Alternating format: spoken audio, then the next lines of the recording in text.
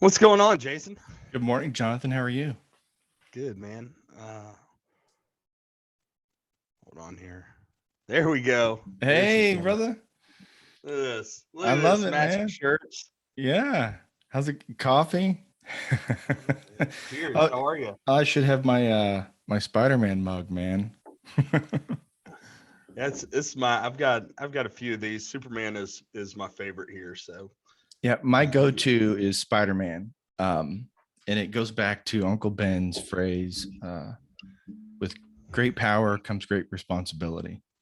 yep, Yeah. love it. When I was a kid, I connected with Spider-Man the most because he would always say my spidey senses are tingling. And as a child, I would always feel things in the room. Like it was like foresight. And Yep. and you just kind of had that feeling that something was happening or something was going to happen. And I just felt like, I used the phrase a lot when I was a kid. Even as an adult, I'll be with my team and I'll say, "Hey, my spidey senses are tingling," and we get a joke, we laugh about it. Love it. But it's that heart stuff, man. You know? Mhm. It is, man. Yeah, Superman. I was like 3 or 4. I was burnt, fell into a pot of chicken broth, and had was in the hospital for like 19 days and um, surgeries and different things. And I wouldn't go into surgery without my Superman toy. And so ever since I was a little kid, it's just been there. That's awesome. Yeah. Yeah. So Yeah, I still carry him with me. I was reading your story about that. And it was Ralph Macchio that Yeah, that put jerk. you in that unfortunate position. Yeah, what a jerk, Ralph. You know, Thanks a I lot, it man. it's so funny because when I was about 5, I was doing the Karate Kid kick. I called it. My buddy we were walking down the hall, and I called his name out, and he turned around, and I jumped up and did the Karate Kid kick and knocked his tooth out on accident. And I was so scared that I was going to be in trouble. And he'd stayed the night, and it was the next morning, and his mom came to pick him up, and I was just like devastated. His mom thanked me because he was supposed to go to the dentist that day, and I saved her a trip. It's crazy. Oh my gosh. So See, I'm Ralph telling you, Ralph came through for me that day. Ralph's not a not troublemaker. not so much for you. Mm. No, Ralph's a troublemaker. So what got you into leadership, man, and putting your heart on your sleeve and on t-shirts and I mean, Um, what was that? Was there a pivotal moment? Was it a spark? Is it just something that's been inside of you? Because I love your message, man. I love your your strong presence. I mean, it's just I appreciate awesome. it. It's awesome. Yeah, it's it's a combination of a few things. I had started out. Um, I came from a pretty broken family life, and never really had any clear direction in my life. Never, I went to college, but there was no. I went there because my friends were going there, Yeah. and I had no direction in my life or anything like that. And so right after college, I kind of, you know, bounced around a little bit and was just kind of all over the place. And um, I finally, when I got into to business and got into sales, um, I started finding that this was something that I was good at. I was like, man, I'm pretty talented with this.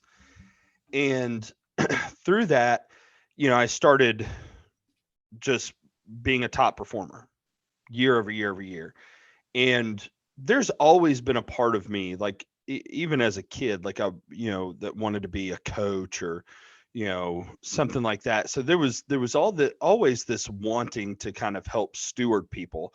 It was just that back then I didn't really know what that looked like. And so i I was working my way up through this company, and really I wanted to be a sales manager. Like I wanted to be a leader.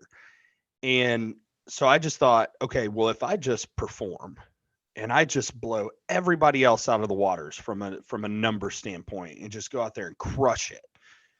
They'll make me a leader because what's interesting about that is my mentality is not far off from what really happens in the business world. Top performer, oh well, if they're a top performer, well, let's put them into a management role because obviously they know what they're doing, right? Yep. So that was my mentality. And um the leader that I had at that point, he taught me so much in the industry that I work in today, and really was pivotal in getting me to the different things that I've done. And but he was not a great leader. He taught me a lot, but um, he and he was always wanting me to be just like him. Yeah. And there was no, like, he would tell me, he'd be like, John, like, you're too goofy with your customers. You're not, like, you got to be way more serious. And that's just not me. Um, Yeah. you got to do things this way, and you can't be like this, and you can't be and he was constantly trying to mold me and out of who I was into something else. And I was just like, man, this just doesn't feel right. And so then I was recruited by this other company and I left. And this was about 6, 7 years ago. And I really started feeling like, man, I need to find out, like, if I'm going to be a leader, I want to find out what that really means, because it wasn't the guy that I was following before. So I'm just going to start doing some research. So I started doing some research, and I started reading a little bit more, and I wasn't a reader back then, but I wanted to become a reader. So I started reading, like, all these books from Navy SEALs, uh, No Easy Day, and um, all these different ones, Unbreakable by Tom Shea, these different ones. And I was like, man, like, there's so many of these characteristics around, like, brotherhood and all of this stuff that like these leaders pose, to their people. Like, they loved the guys that they were leading. So as I started doing that, I started writing articles and writing things about leadership, just kind of my thoughts. And the president and CEO and the VP of finance from the company that I was previously with, guys that I looked up to as mentors, people whose Mhm. leadership in life I wanted to emulate, Yeah. they started making up fake email addresses and writing some of the most horrible derogatory things Wow. on my blog articles that I was writing. And and these were people that, like, not I didn't just work for them. Like, I would go and I was going and hanging out at their house. Like, I was, like, I was in their circle. But but they were doing these things. And honestly, I remember coming home, seeing that first comment pop up and saying, oh, you've got a comment. And I was so pumped. I was like, oh man, somebody read this, and there it is. And so I went and pulled it up, and it said, what do you know about leadership? You're not a leader. Go get your fat ass back to work. Wow. And there was several after that, so, like, on multiple articles. And honestly, Jason, it was one of those moments where, and at that point in my life, I didn't have the resiliency that I have now. I didn't have the I was still really in this world and in this mindset of my value came from how other people viewed me, which I don't have anymore. Um, and it almost broke me. I almost was just like, man, I'm done. Like, I'm done with this. But it was interesting. You asked, like, was there this shift? Was there? And this is where it really hit me. This is where this spark really hit me. These were people that I looked at as leaders, people who I thought cared about me, and they didn't. And every part of me was sitting there after reading that comment and having this happen a few times, and I was like, if I looked at these guys as leaders and they're doing this, I obviously have a drastic misunderstanding of what leadership is. And if I think that it's about caring for people, then they're not doing that. Yeah. So I need to show the world that we need leaders that are nothing like these people. And here's what's interesting. I say all that. I've reconciled with a few of them, and even the president CEO spoke at my Impact Knoxville earlier this year in March. Like, so we've reconciled, and to them it was just a joke. To me, it was heartbreaking. And I had a chance to have that conversation. Um, but that was really the pivot for me, was sitting there looking at that and going, this can't be what leadership is. This can't be what it looks like, feels like, sounds like, reads like it just can't be it. And so through just really pressing in even more, the idea of love and leadership, and this, how we love and we care for our people, how we we become the catalyst for self-belief in other people's lives, how we operate in, about to use all my catchphrases here, we operate in the micro moments that make the massive impact. And Yeah. all of those things came from just really pressing in from that moment, and then really wanting to share with the world that, hey, if you want to lead your people, and you want the people around you to become who they were ultimately created to be, then you as a leader, you need to love and care for them and help draw that out. And man, I've been hard charging towards that ever since. That's awesome, man. I had a similar path, a similar journey. Not so much, I didn't have people in my face telling me that I didn't know what I was doing, but there was definitely some conversation in the background. Mm, Um, you know, I was, my dad was in the Air Force. So we moved around a lot, and and my parents ended up getting divorced when I was about 12. But from birth to 12, in the first 12 years of my life, we lived in 2 countries, 3 states. I had lived in 7 houses. So, do the math. We picked up and moved. So I didn't really know where I belonged. I didn't know who I was, what my mm, identity was. But I also didn't get attached to things because it was ingrained in me to just move forward, right? Just that's what we do. We pack up, we go. And then yep. you land in a new spot. You try to figure out where you're at, where you belong, who the people are.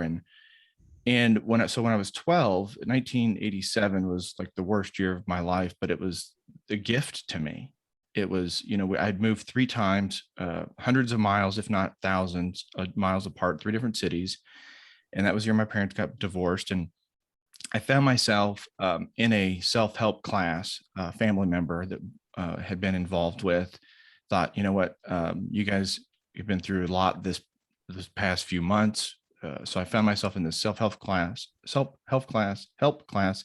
the age of 12, and there's about 200 people in there, and ranging from the age of 17 to, or 15, 16 to like 70, 80 years old. And here I am, the youngest person in the class at the age of 12. And these people are working through life challenges, drug addiction, abusive parents, abusive spouses, just, programs from years and years of negative programs that they're just trying to work through just to feel whole. And Mm, here I was, a 12-year-old that really didn't have, I mean, my life was fairly good up until that point. I mean, it was what it was. And then I just had this, I looked up to my dad. He was my hero. He was my coach. He would always tell me that I could do anything in the world I wanted. If somebody else could do it, you could do it, right? yep. And then all of a sudden, I don't want to be with you anymore. He didn't say those Mm, words, but that's what I heard. Like, you go live with your mother somewhere. That's what I heard, right? So right. I felt abandoned. but I started learning all these. It was a 4-day self-help class, and I started learning all these things like overcoming obstacles, meditation, visualization. Like I was introduced to the word paradigm and paradox, and it was just I was like, okay, so I can really do and be anything I want to be. And so I a couple of years later, new city, I was starting to feel established, and I had a teacher tell me, hey, they're doing student council, or you should run for class president. And I just laughed. I was like, what are you talking about? He's like, no, people follow you. People, I see it. So a teacher kind of gave me that nudge. So I got into student government, and I just loved making an impact. And I started challenging authority figures, because I knew in my heart what was right. And so that was me through high school. And then I went to college because it was a thing to do, right? All my friends were going to college. So I went to college, and I was driven. I was, A student, B student, went to summer school, Show college. off. Yeah. I was just so engaged. I was a CD student in college. Well, no, in high school. So then when I got to college, Okay. I got to the University of Arizona, and I was sitting in class one day, and I looking around, and I felt like I'm just not where I should be. And so I left, and I went back to Phoenix. I dropped out of college, and I went through this phase of being a hippie and an artist. I got into carving rock and stone and selling sculptures to people. Like I poured my heart into this, and people would be like, oh, that's amazing. And can you make me this, or can you make me that? And so I did that for a few years. And then I would just go from one job to the next. And I worked in a hotel because I knew in my heart that I wanted to be of service to people. So I worked every aspect in the hotel, housekeeping, maintenance, front desk, whatever I could to be of service to people. And then I had a boss that I didn't align with my values. And so I left that, and I ended up waiting tables, found myself in Texas waiting tables.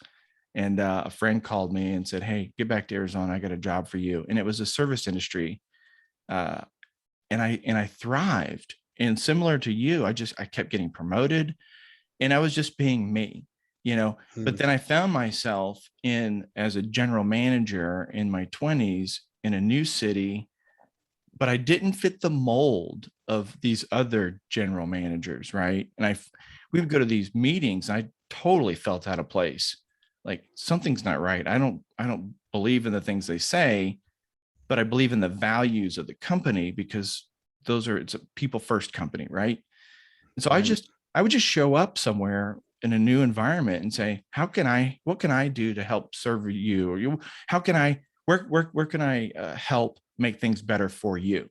And then they promoted me, and I went from Salt Lake to Denver, and same thing. And it was like, how can I be? So I had a success track record, but I didn't fit the mold. So I got a lot of pushback from senior leadership. And then, I left that company, joined a new company, and I started seeing the same results. But the difference was my leaders supported me. And So yeah, man. And then during COVID, I was so used to being productive and driven and results and all these things, and climbing that, being the top performer. And then when COVID hit and everything kind of shut down, because where I work, we service people in the office. And so now nobody's in the office, and I'm just like inside, I'm just, what do I do? And so I started my podcast last year. In fact, I just passed the 1-year anniversary date. congratulations, man. Thanks, man. And, I started putting things on LinkedIn, and I'm like, I was so nervous about posting about leadership on, LinkedIn in this business circle, right? It was like, and it took me just to hit that post or send or publish button, whatever it says. It took all the nerves up, and then I was just like a wreck. Like, what's the response going to be? And I had some senior leaders say, hey, nice job, man, good going. And it was like, okay. And not everybody is like that. And there's some downfall, right? There's some people that are like, oh, yeah, who is he? What is he talking about? And, and so but since that moment, I've been connected with people And we haven't been directly connected, but recently I've started connecting with you and seeing your post, and some of the people that are in our circle, like-minded, like-hearted, have given me the courage to start speaking up and doing more and more. And just, Mm. you know, I I had a leadership meeting. I was talking to my boss about, excuse me, my boss's boss's boss about doing a presentation. And uh and I the morning of that, I was supposed to go do this offsite conference meeting for 20 other managers. I decided to wear jeans and your t-shirt. And Which and is so cool, by the way. you Like, know it's so yeah, cool. because you walk in, you should have a button-up shirt, you should have your slacks Yeah. on and be professional. And I made the last minute decision. You know what? I'm going to go in there, I'm going to be stripped down. I'd recently read a book called Getting Naked about business and being authentic. Mm. And it was an audio book. I do a lot of Audible stuff, but Getting Naked. And so I just thought, I'm going to put this t-shirt on. I'm going to wear my jeans. And I walked into the room, and our president was there to kick it off. And he says, "See Jason's shirt? That's how we need to treat our people." And then he asked me about the shirt, and I was like, hell yeah. And so he That's so left. cool. He left. He just wanted to introduce and set up the tone for the meeting, and he left. And then it was me and our client managers and our operations managers, and for the next 90 minutes. And then it was just lots of discussion, lots of heart-centered leadership talk. And so that's kind of where I'm headed. I want to do that for people in the organizations. And I haven't Mm. really thought beyond organizations, but you talk about heart-centered leadership in business, and humankind, be human, be kind, love equals leadership. And man, I just love it. And I wanted to thank you for your courage to to be bold and step up, because it's helping other people. I appreciate that, man. It's definitely been a journey, man. And it's, you know, I I remember starting to post on LinkedIn, and um eh, just the same feeling, man, right? Like, because it's easy to post your opinion on Instagram, Facebook, Yep. right? Like, Yep. but when you post it in like the business forum, Mm-hmm. and a friend of mine, Carlo Navarro, who, by the way, shout out Carlo, is the one who gave me the idea for the Humankind shirt. Be human, be kind. Great dude. He'd be a great guest. He is a marketing professional, 42 years old, and has decided to chase his dream to become a professional golfer. And it's incredible. Like, he's an incredible man, friend of Awesome. mine and supporter from way back. But um, we were talking about this the other day and said, it's crazy. Everybody takes business so seriously, Yeah. so serious, right? And that's just not me. Like, let me rephrase that. I take business very seriously, Yeah. but I also understand that it's not life or death, right? And that we're still people doing business with other people. And so, I used to not like I'm and I'm try I have got to catch up on it. But oftentimes when I connect with people, I'll send them a video message and just say, "Hey, Jason, man, it's nice meeting you. Thanks for connecting. Like, let's hop on a Zoom sometime." Like, because I love, if we're going to use social media was designed to be a tool to connect people through technology that maybe might not ever connect before. So I think of guys like Ryan Hartley, who you and I are both connected to. Yeah. Ryan and I have become, he's my brother. Yeah. We've never met in person, Yeah. and our families are connected. Like, he and I are connected. Like, he has a story in my life, a huge story when it comes to adopting our son. Like, and Ryan didn't even know it at the time. So technology, social media and technology was created to connect people. And so when I'm on LinkedIn, I'm like, man, if I'm going to connect with you, let's really vibe this thing. Let's do this thing. But I wouldn't wear my hat. I wouldn't wear my t-shirt. I wouldn't let my tattoos show. Like, I wouldn't do it because I had to look professional. Yep. And then I had a friend of mine, his name's Matt Johnston. And he was one of the real, he was with that previous company in another aspect. And he was somebody that would always tell me, he'd be like, John, you don't need a title to be a leader. You just need to be you. People follow you because of who you are and because how much you love people and how much you care for people and the energy that you bring, the positivity that you bring. Stop waiting for a title. And Yeah. so Matt called me up one day and he said, John, I need you to come down to my office. I want to spend the day with you. Now, I don't work, we don't work in the same, for the same parent company anymore, but we're still, we're still friends. And so it's like, all right, Matt. So I go down there and Matt has set aside, now he's the CIO and Chief Supply Chain Officer, CSCO, for a 70, $80 million company. Okay. Yeah. Yep. He sets aside guys, anybody listen to this, you want to know how to love and lead people. This is how you do it right here. He set aside an entire day for him and I, just so he could talk to me about my personal brand. And we had a whiteboard session in the conference room of this manufacturing plant. He had this entire day set up. He had been thinking about this. He had an agenda for us to just talk about me because he believes in what I'm doing so much. And it was funny. He said, John, you need to stop taking your hat off on LinkedIn. That's who you are. He was like, in every Instagram, Facebook, you wear your backwards hat. That is you. Yeah. Why are you taking off? He designed my logo. He hired and paid a graphic artist to design my logo that has my backwards hat on it with the heart. Yep. And I'm just like who does that for somebody, right? And like it was incredible. But he said, John, you are who you are. Stop trying to be anybody else.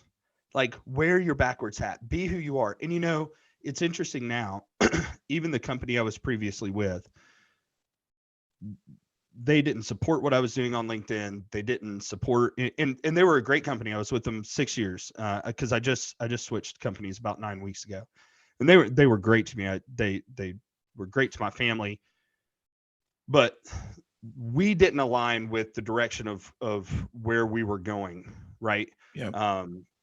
And so I came to this new company that I'm with now, and I lead our market strategy for North America for an entire segment. And this is a 71,000 employee company, globally traded. I've never worked for a company like this, and they call me the LinkedIn guy.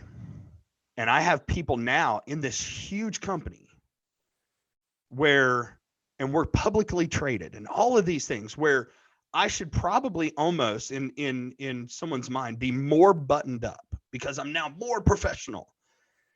And people are asking me, hey, how do you do what you do on LinkedIn? How do you dude, your message is so great. I have our global director out of France who comments on all my LinkedIn stuff and constantly sends me messages about how my LinkedIn message that morning really got him fired up or whatever it is. And I haven't changed. But it's interesting. It wasn't like that at first. Starting to post that stuff first and starting to post more about me, because you'll see I post stuff about leadership, then I post stuff about my life. Yeah. And people are really hesitant to that. Well, it's a business platform. Yes, it is business. But if you read anything that I put out there, anything I put on social media, on LinkedIn, there's a connection to business because it's about how you live your life is how you do business. And if you try to separate the two as if you're two different people, you're a business person and then you have your normal life, you are limiting your success by not putting your whole person together, because it's your gifts, talents, and skills that make you great at what you do, right? And so it's been an interesting journey of going from being terrified of posting on LinkedIn to now being called the LinkedIn guy, which I still feel like, I just put my heart, like I don't schedule a lot of posts. I don't do a lot of that stuff. And it's just like I'll wake up and I'll be like, man, this is really on my heart today, and I'll post it.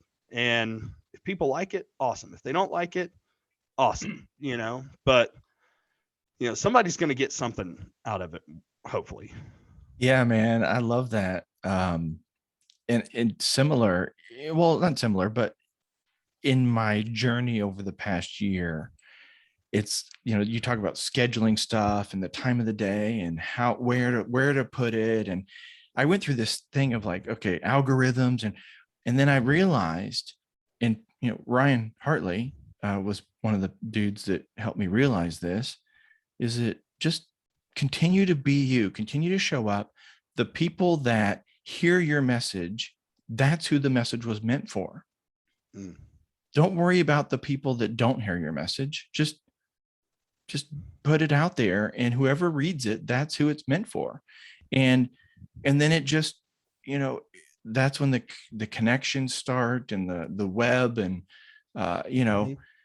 and not the web of connection, not the web like the internet, but Right. Yeah. Right. that's where it all happens. And I started, I post a lot of stuff about leadership. I don't post a lot about like personal life, but when I talk to people, I'm constantly connecting how everyday life, everyday situations, when you look at them, when you evaluate like what just happened, all that stuff is connected to how we move through business, how we move through relationships, how things work and how things function.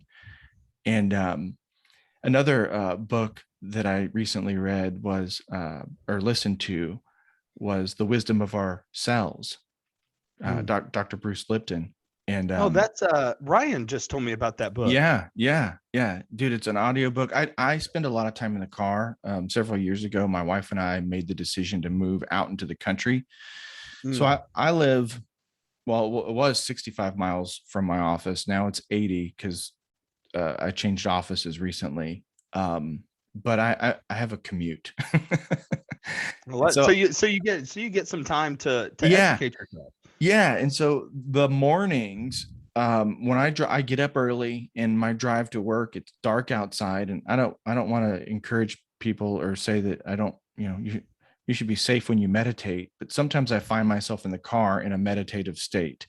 Mm. I'm Mhm. aware of my driving, but when you practice, it doesn't have to be eyes closed, breathing in, in this yoga Right. sitting position, right? So Yeah. meditation's a state of mind, right? Right. And so I use that morning commute in the dark, where I don't see everything outside. I just have the roads in front of me, the noise of the highway. And sometimes I do audiobooks, and sometimes I think about how I want my day to be, and I start to Yeah. visualize my day, right? But so I spend a lot of time, I have time to do audiobooks. And so yeah, The Wisdom of Our Cells is about how cells in cultures uh, react to their environments. And it's Mm. amazing, man, amazing. And how those cells come together to make proteins, and those proteins come together to make muscles, and those muscles come together to make organisms and functions, and everything in our body works together. And then the people work together, and then communities work together. And it's just amazing. It's just, It blows my mind, Jason. Like I don't know if your podcast listeners are ready to get uh, biological here, by get into some biology here. But this is what I love, because there are so many times that I have people question the idea of love and leadership. Right. Well, let's just take it back. Right. So, and I'm gonna read that book because it sounds very similar. There's a author, Dr. Caroline Leaf. She is a neurobiologist. She's a Christian. She wrote this book called Think and Eat Yourself Smart. She's written several books, but Think and Eat Yourself Smart talks about this connection between what we eat, all these different things, cellular level, how they affect our body, and you know, there are two things that need to be pointed out, and this is the scientific basis around love is absolutely 100% leadership. So depending on your religious belief, we were created for community, right? So if you believe, like, so my faith, Adam and Eve, God created the earth, Adam and Eve. Eve wasn't created for Adam just to be the helper. She was created because Adam was made in love. He was made in the image of God. If God is love, then Adam was created to be love and to love. When there was nothing but animals, there was no one else. There was no one that was a good enough recipient for the love that Adam was created in to give. So Eve was created so that Adam could love Eve, not so that Eve could love Adam, so that Adam could love Eve. So they were created to communicate, to be in relationship, and to love. Just like God, Father, Son, Holy Spirit, community, love, right? More than one, connected together. So, but then this is where biology, it's so cool. Dr. Caroline Leaf shows through studies, right? She's a neurobiologist, that at a cellular level, our cells were created for love. Because when you are in an environment of love and positivity, your cells thrive. At a cellular level, they reproduce faster, all these things. Negative people, hateful environments, all these things, if you notice something, they age more because hate and negativity actually kills your cells. Love and positivity actually feeds the energy from your words of love and positivity, feeds your cells, and it actually helps them reproduce faster, better, longer, right? So people who have lots of joy and who have love in their heart typically don't look as old. They're not as wrinkled, right? Their bodies are more healthy. So all of this stuff. And to your point, with the cells all working together, our cells were created. Everything in our body was created to work in community. Everything about who we are is based on love and relationships to work together. And for some odd reason, when we go into the business world, it's all about me. It's all about me, what I can get, what do I get from it. As leaders, it becomes about title, position, status, power, and we lose everything that our world was created to be, which is in relationship with one another, loving and caring for one another so we can thrive on this planet. And like, it's amazing that when you actually start doing the research, how much you see that it's those things, loving and caring for people, being in a relationship, being in close. That was one thing 2020 COVID showed us was, we need proximity. We don't need, like, virtual connection is great. We still need proximity with one another. We still need to be in close proximity so that we can, there's energy that people pass between the two of us. And it's funny, I used to, being someone of Christian faith, there's some of these things that I talk about now that I used to be like, oh, that's weird. Oh, that's not, that's not great. We are energy. We pass energy back and forth. The Bible talks about it. It talks about the energy and the power that we have and the things that we say. And quantum physics is now proving all of this stuff, right? If you look at like Dr. Emoto's study and all these different things. But it's amazing that, though, when you look in the business world, it's like we're supposed to stop being human, and now we're supposed to be these emotionless, careless producers for financial gain. And it's not just the way it works. And even, again, at a cellular level, I'm reading a book right now called The Body Keeps the Score. And it's all about trauma and how trauma affects the body, how trauma attaches to our central nervous system and affects our subconscious thought and drives us away from maybe even sometimes things that could be good in our life. All of those things we carry with us every day. We can't turn them off. And so when you enter the business world, when you enter your company, when you start your work day, all of those things are coming with you. And if you don't think that that doesn't affect your ability to produce and to be successful and to do the things in life that you want to do, you're drastically wrong. And it's our job as leaders to help people. Like, I'm not talking about, you don't have to be a psychiatrist, but it's our job as a leader to help love people Yep. wholly so that they become the best person they can be. You want your company to succeed, love your people, help them become the best person they can be. And I'm telling you, your production, your profit, your customer service, your employee engagement, all of those buzzwords, they will increase. Yep. It's that simple. Yeah, absolutely. Love is something you give.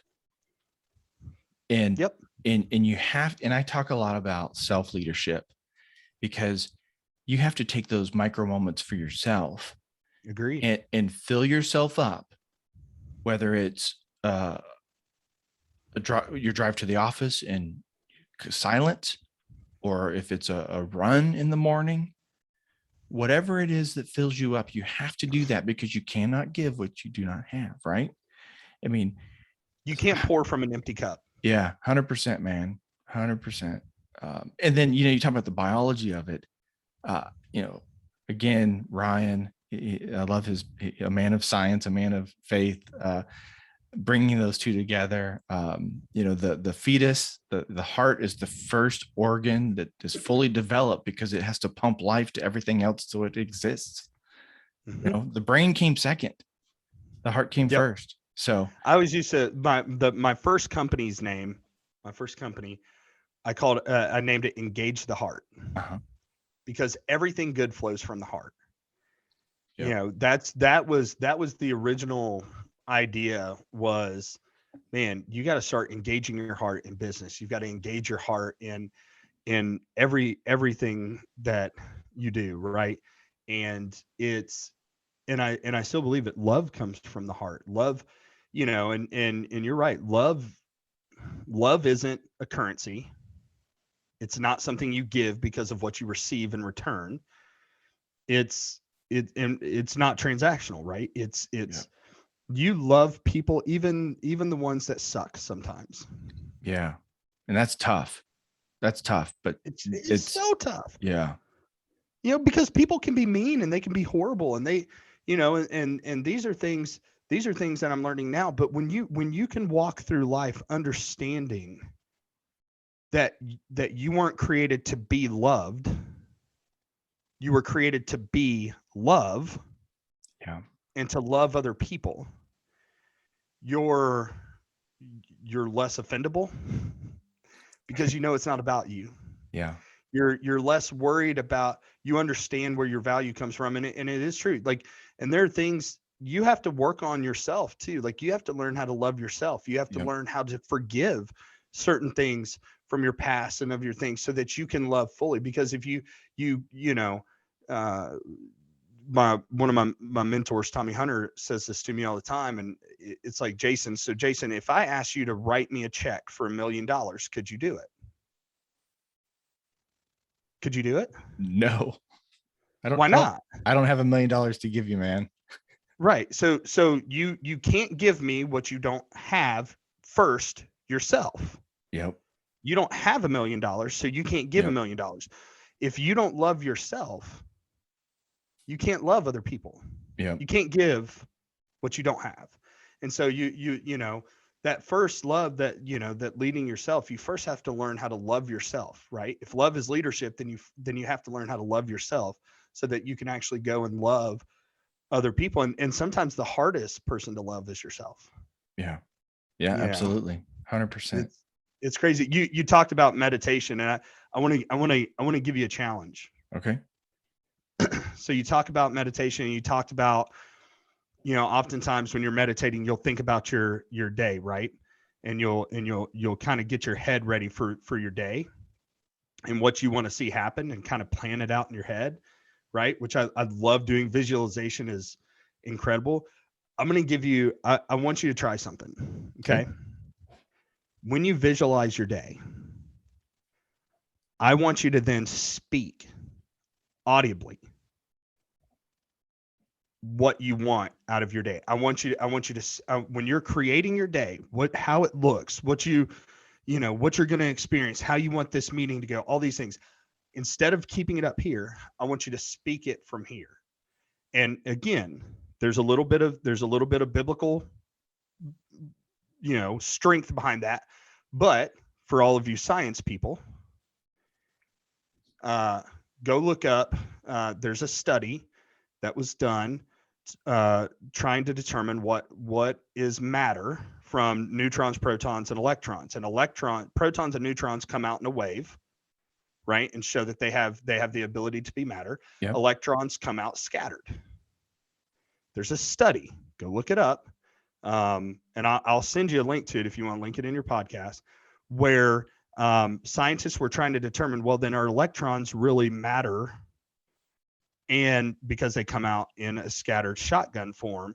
And so they did a study to where the scientists were watching this test go on. You can't see it visibly, but the electrons are being shot out of this thing. And they started thinking and speaking, electrons are going to be a wave. They're going to be a wave. They're going to turn into a wave. And the electrons went from a scattered to a wave. Just because they had people watching the experiment and speaking and thinking it and speaking it out loud, the electrons were going to be a wave pattern. Wow. And it happened. So we talk about manifest destiny. We talk about all these things. This is scientific proof, quantum physics, right? Proving that our words have power, our words have energy, our words have the ability to change, right? And there's other things in our bodies that give us the ability to do it. But people are going to think I'm nuts, but seriously, like when you're visualizing that day, start speaking it out and notice. And I'm telling you, you will notice a difference in your day because you've taken it that one more step to not just think it, but then declare it, that this is what's going to happen today. This is how my meeting's going to go. These are the people that I'm going to impact today. And I'm telling you, there's so much more power. And it's crazy. I never knew this when I was working in the fitness industry. I look back on it now and I'm like, oh my gosh, this dude was so smart. I was running a Gold's Gym in Birmingham, Alabama, and there was a guy by the name of Josh Wheeler, who was really kind of my first boss that ever was like, hey, John, like you need to realize like you're pretty awesome. Like stop. You need to get your head together and realize like you could really do some cool things in this world. But he would have us start all of our meetings with our teams by standing up and declaring this mantra for the day every day. That's how we started every meeting, pre-meeting, all this stuff. We would stand up and we would speak out this mantra. Wow. And what he was doing is he was making us speak out what the culture that he wanted us to create in his clubs. And we would go and do it. If we just read it and we were sitting down and we were kind of slumpy and no energy behind it, we weren't giving it the power that it could do to create. And so you had to start doing this. But I'm telling you, it's a game changer. Yeah, man, you said so much there. Sorry. Even no, all good stuff. And like, even when, you go back to that cellular level, our cells are filled with receptacles because our cells are identifying the environment and how they need to adjust to the environment, right? And when our senses, right? Taste, touch, hear, feel, all those things. So when you think about certain things and you do certain things, but then when you hear, it just adds and reinforces, but then you hear your own voice. That's powerful stuff, man. Mm-hmm. That's powerful stuff. And I'll be honest, I don't usually, verbalize my thoughts to myself, but I'm going to take your challenge, man. I'm going to be a talking fool out loud to myself in the car. Dude, people think I'm crazy sometimes. I'll do it before meetings. And, I've been in sales for 14 years and even now in this, for my day job in this strategic role, I'm creating our go-to-market strategy for how we sell into a certain customer segment for all these, for like 60 something salespeople across the US. So it's a unique new role that I'm in, which I laugh. I told my wife when I got the call about this job, I said, yeah, I'm not qualified for this job. Like I'm probably not. I don't know why this recruiter called me. I am not qualified for this job, but they gave it to me anyway. It's crazy people. Um, but like I've been in cars with people when I was a street salesman, and or even leading my team in my previous role when I was leading this national sales team. Um, I'd be in a car before a meeting with my guys, and I'd go, all right, man, let's talk about this meeting. What do we want to accomplish in this meeting? What are the goals that we have for this meeting? How and I'm telling you, anybody listen to this is so incredibly powerful. I would say, how do we want them to feel about us being there? Like what do we how do we want them to feel with us? Yeah. Not just intellectually, how do we want them to feel? Do we want them to feel connected to us? What are we trying to accomplish? How are we trying to impact their business with what we do? Right. And so we would talk about these things before we would go in, and people would think people will call this meeting planning, right? It's the Yep. pre-plan. Yep. But here's what you're actually doing. You're creating in your person's mind the visualization and then the speaking out of the positive things that you want to have happen in the meeting. So you're right there in your car declaring, and I would say things like, man, this is going to be such a great meeting. We're going to accomplish so much stuff. Like, I can't wait to see how we're able to work with this person. What are you hoping we get out of this meeting today? And I would let my guy would tell me what he's wanting. And I'd be like, well, what are we hoping our customer gets out of this today? Right? Because it's got to be both ways. We Yeah. oftentimes pre-plan how we want to act, but Yep. how do we want our customer to feel about this meeting? What are we hoping they get from this meeting? And so we would do that in the car, and we would pretty much like create how we want this meeting to go. And I'm telling you, you go in and we look at it as, well, you're just prepared for the meeting, but there's so much more power to it. And then once you go in, and this is so cool, I love doing this. You go in and you sit down in your meeting, right? And you're with all your people, and you go, Jason, thank you so much for letting us come in here today. Like, we're just so honored to be here, and really look forward for a great meeting. Hey, we were talking in the car about what we were really hoping to get out of this meeting today. And one of the things that our focus is to make sure that you get out of this meeting what you want. So, I know we've kind of talked about it on the phone a little bit, Jay, but what are you hoping to get out of this meeting today? What would you really like to see? Yeah. And have that be your first question, because then you allow them to create what it is that they're wanting out of the meeting. And there's so much power for them. There's so much power in being like, oh, wait a second, these are sales guys, but they're saying this meeting is about me. But I Yeah. thought they're supposed to sell me something. They're making this meeting about me. And there's just this whole release of this positive energy in the room that Yeah. just sets the tone. And it's once you start doing it and you practice it, it's really cool to watch how the room shifts when you ask that question from somebody kind of being a little guarded Yeah. because they don't want to be sold, to kind of opening up and then telling you what it is that they're hoping to get out of that meeting today. And then guess what you get to do as a salesperson? You get to lead your meeting so that they get what they want. Yeah. Yeah. It's powerful stuff, man. Not just It's with our crazy. clients. You do that with your people that you work with, right? Like Everybody. how do you do it with your spouse? You do it with your kids. You what is it that we want to accomplish? What is it you want to accomplish for the day? Yeah. And just We learned this thing in marriage coaching. My wife and I went through marriage coaching with this guy, Pastor Tommy, who's one of my mentors now, and just great successful businessman, and was a pastor for a long time, and he's incredible. If you follow him on Instagram, his name is called the Love Pastor, or the Love Preacher. He's awesome.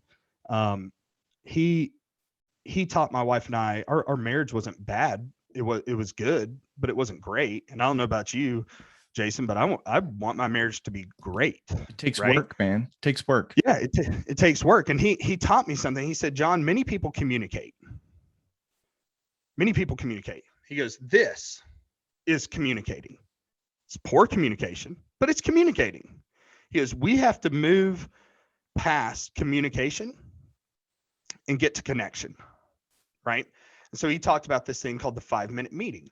So my wife and I, every night, go, this is how it goes. So we'll sit down, just the two of us, all this, phones are off. It takes 5 minutes, right? Yeah. Micro moment, massive impact. So, honey, and we both do this. I go through mine, she goes through hers. And I'll be like, hey, babe, what can I do to take a burden off of you tomorrow? Right.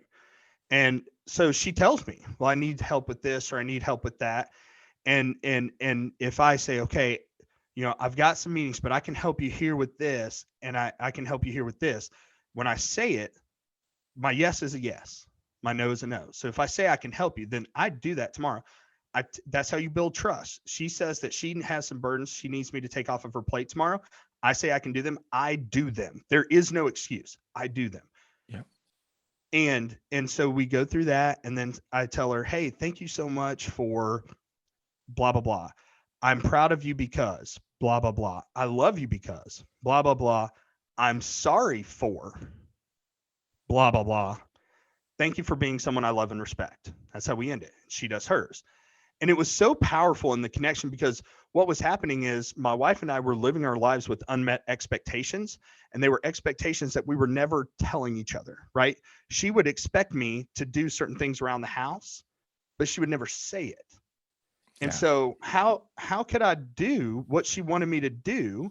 I don't see the world the way she sees the world. So I can't live up to her expectations if I don't know what they are, right? And so we start communicating those things. Well, it was so powerful, Jason. It drastically changed our marriage.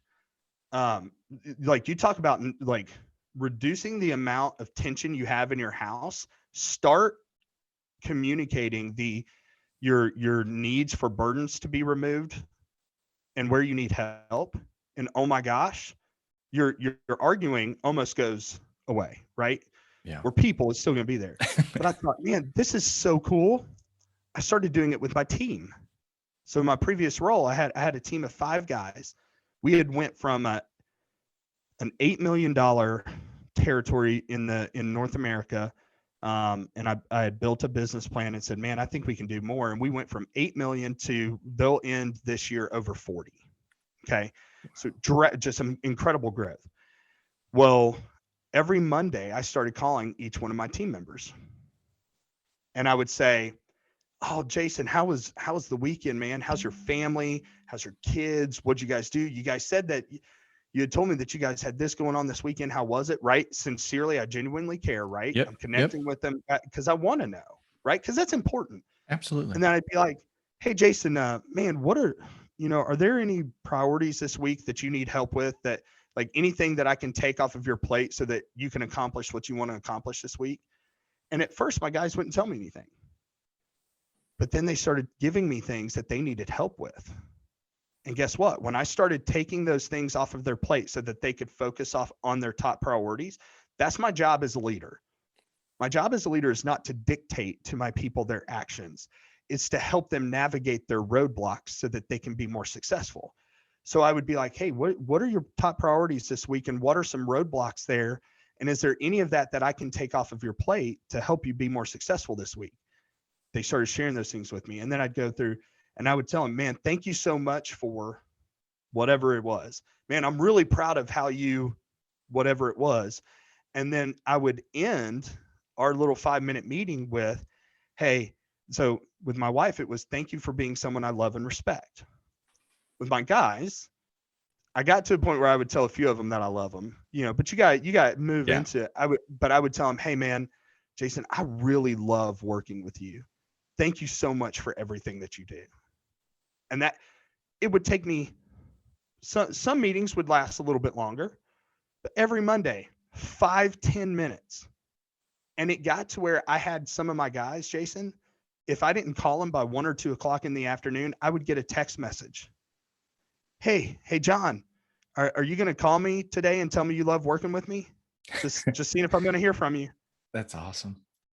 But it's amazing at how we can build those little things into our lives and our words, and how we engage with people and how we create that relationship with people. And then the willingness that, here's the thing, it's not for this, but this is the byproduct. The byproduct is they're willing to go out and work harder.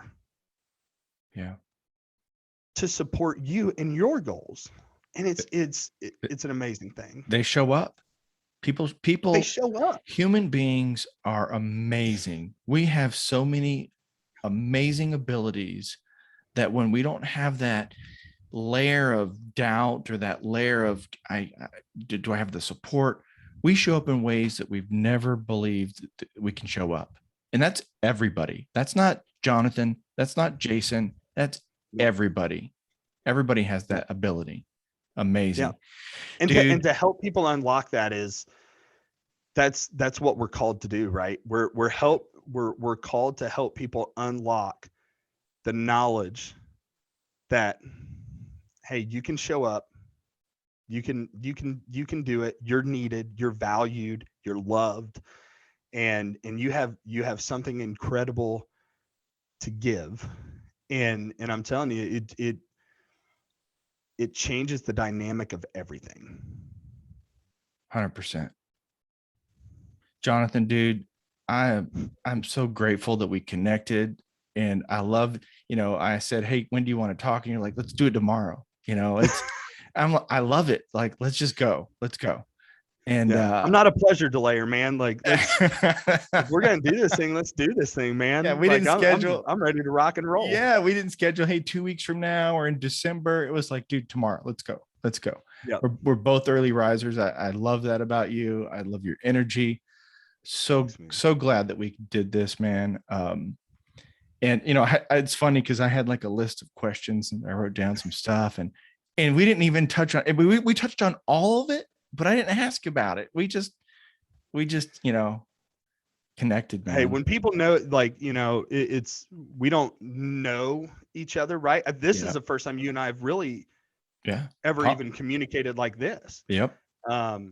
But we're cut from the same cloth, right? Like when you find your community, like Ryan talks about, when you find your people, man, it's really easy to vibe. Absolutely, man. Hey, one last, well, I didn't really ask questions. We just kind of talked, but I do have a question I want to wrap up with. Sure. What does the phrase "own your space" mean to Jonathan? Ooh, that's a good question. For me, what it means is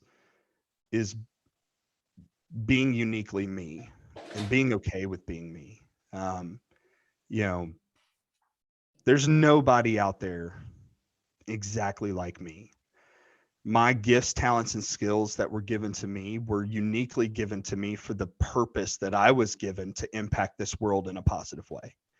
And we each and every single one of us, you have your unique gifts, talents, and skills that you were given to impact the world in a positive way, the way you were created to do that, right? And I believe we all have that inside of us. I think we lose it because we look to the world to tell us who we are, what we're capable of, our value, and we lose the understanding of our own intrinsic value, our created value, the unlimited potential that we were created with to meet incredible heights. But in order to do that, we have to own our space. We have to own our gifts, talents, and skills. And ownership, to me, I own a house. My house takes work. Like I'm right now, I'm not in my typical office because I now don't travel as much. And so yesterday and last night, my wife laid some tile. My wife and I laid some tile. Let me take this back. My wife laid tile in my basement. I was her cutter and her laborer. I lift weights. I'm strong. I can carry heavy things. My wife is uber talented in so many areas. She tiled my floor. So I'm out here.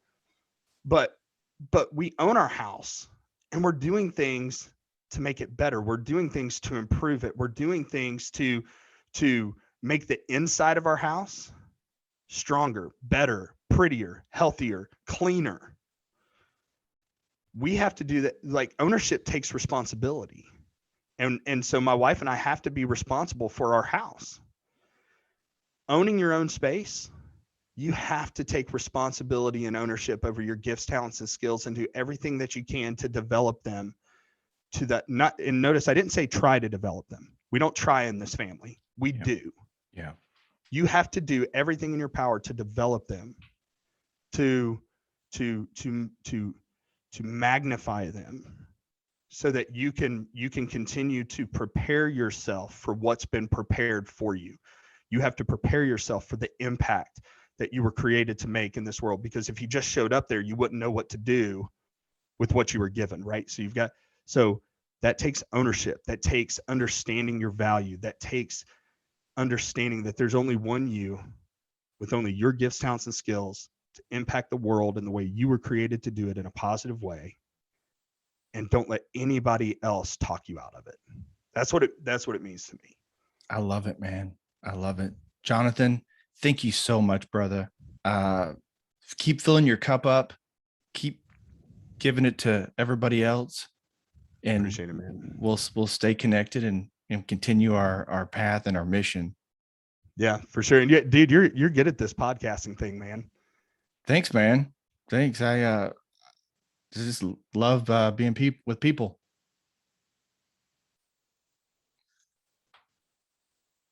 You're on mute. Wow. I don't know how that happened. I didn't push I was like, Jonathan's out. Peace. Jonathan has left the stage. I appreciate it, man. Thank you so much for letting me invest in your people and for letting me be a part. Thanks, man. Stay in touch. Yes, sir. All right.